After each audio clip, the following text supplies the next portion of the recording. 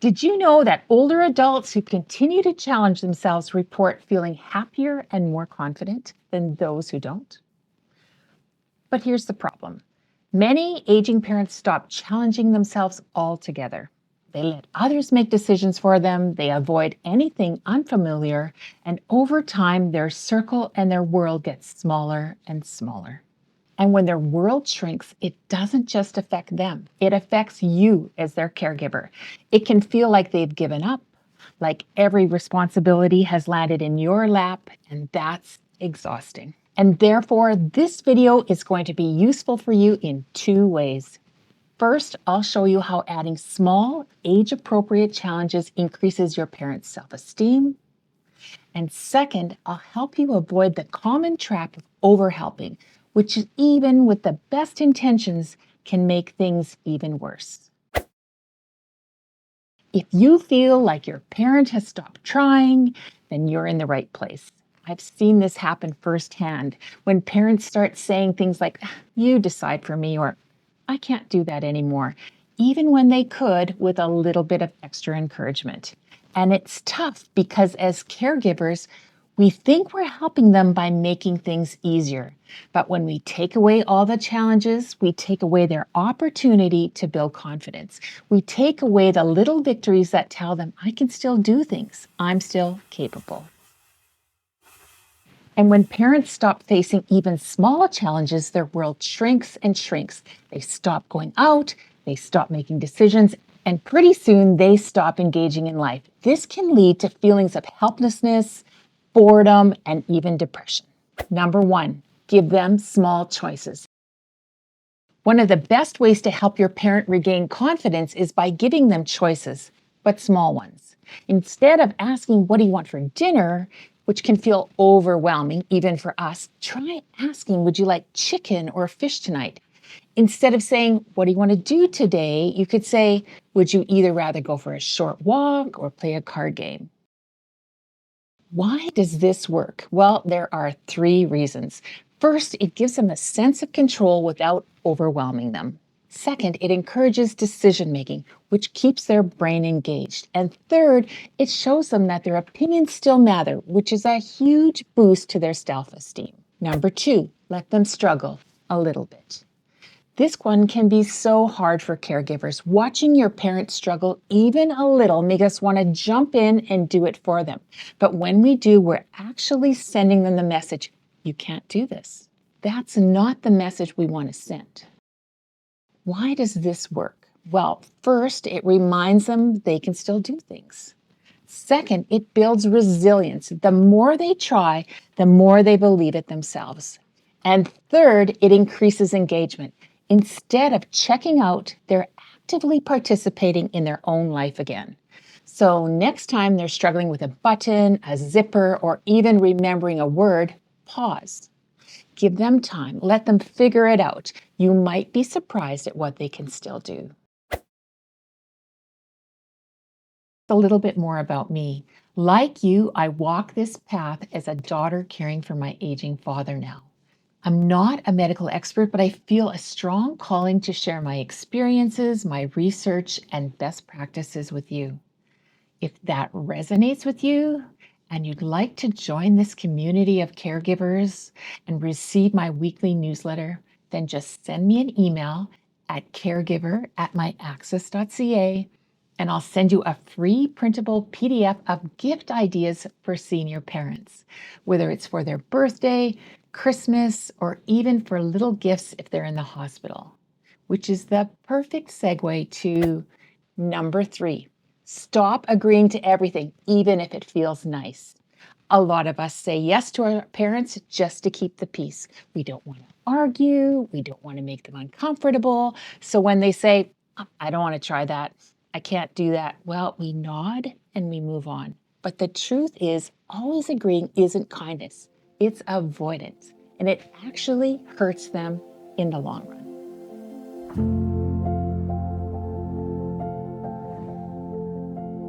Why does this work? Well, first, it prevents their world from getting smaller. Second, it challenges negative beliefs they have about themselves, like thinking they can't do something when maybe they can. And third, it opens the door for enrichment, new experiences that keep their mind and spirit engaged. So instead of agreeing when they say, I can't do that anymore, try responding with, how about let's go together? I'll go with you. It'll be fun.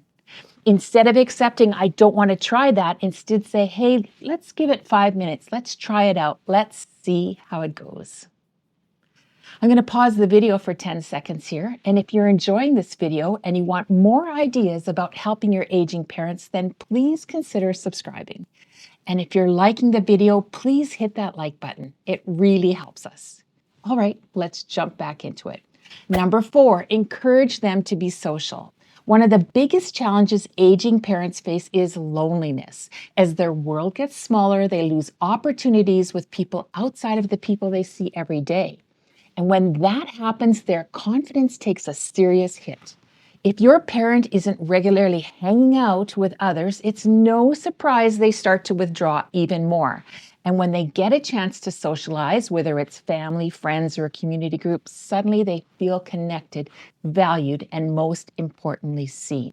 How can you encourage your parent to be more socially engaged? Well, first, introduce them to social opportunities that align with their interests. Maybe they love playing cards or knitting. See if there's a club or a group in the community that they can join.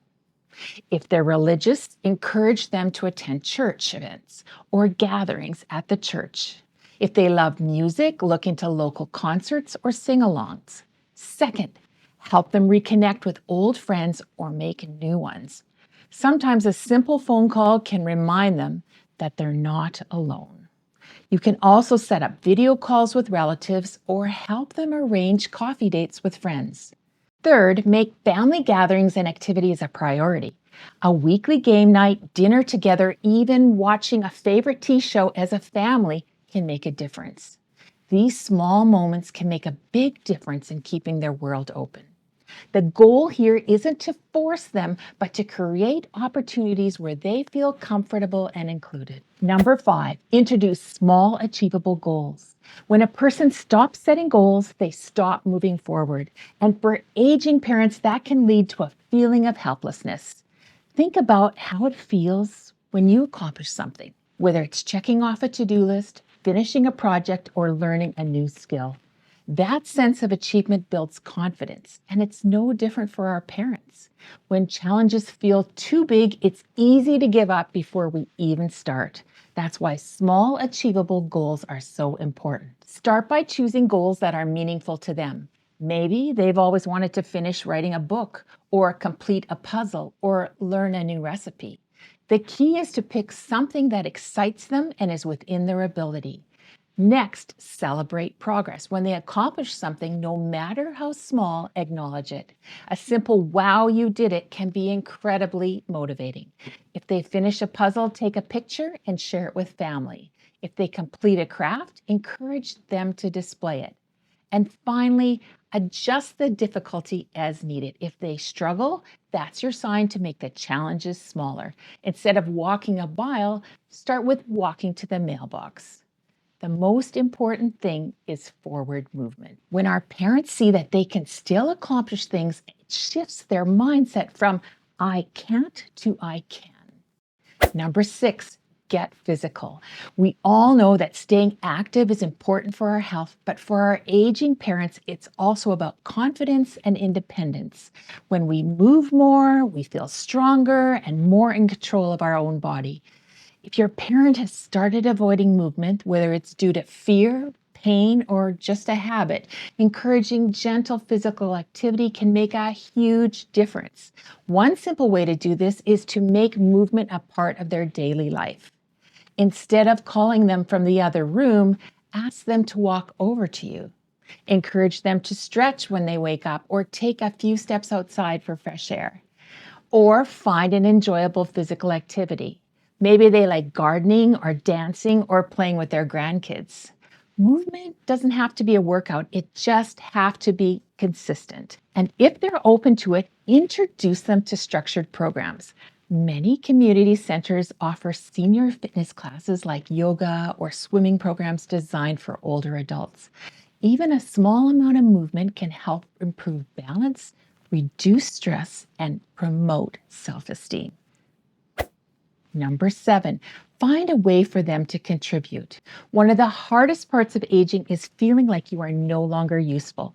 Parents who spend their whole lives taking care of others, they're raising kids, they're working and running a household, well, they can struggle feeling like they've got nothing left to contribute. But the truth is, they do have so much to offer. They just need the opportunity. One of the easiest ways to help them feel valued is to ask them for their help. Instead of doing everything for them, give them small tasks. Maybe they can fold laundry, organize family photos, or share a favorite recipe that you cook together. The act of contributing, no matter how small, makes them feel needed. If they're capable, help them find a volunteer opportunity. Many seniors love to read to children. They mentor young people or even knit blankets for hospitals. Even if it's a small thing like donating handmade crafts to a charity, it can provide a powerful sense of purpose. Finally, encourage them to share their knowledge and their life experience. Ask them about their childhood, their first job, what they've learned over the years. Let them teach you something they're good at. The simple act of passing on wisdom reminds them that they still have value in this world. Feeling useful isn't just about being busy, it's about knowing what they do matters. Number 8, learn something new. Aging doesn't mean stopping. In fact, continuing to learn is one of the best ways to keep your brain engaged and your spirits high. Think about how energized you feel when you learn something new, whether it's reading a great book, watching an interesting documentary, or picking up a new skill. Well, that same excitement is possible for our parents too. So how can we help them keep learning? Well, first, introduce them to new ways of learning. If reading is hard for them, try audiobooks or podcasts. If they enjoy stories, look for documentaries or movies based on real events.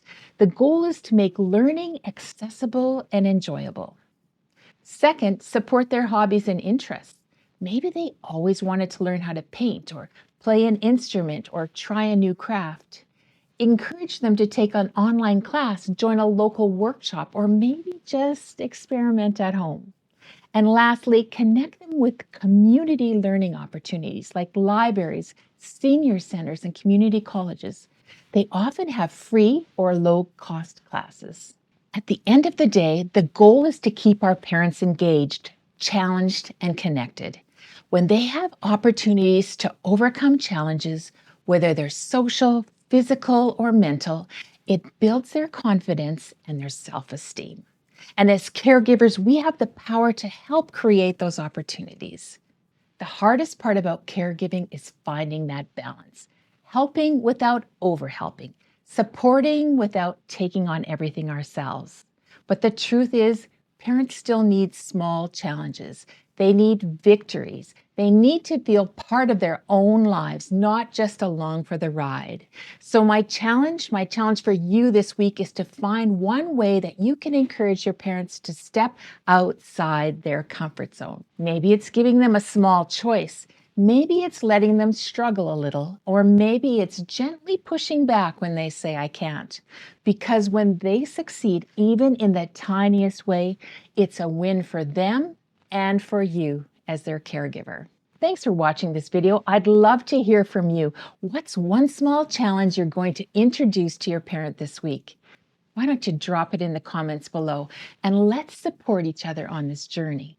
And if you want more ideas, check out these videos. You are not alone on the journey. Just click the link and I'll see you there.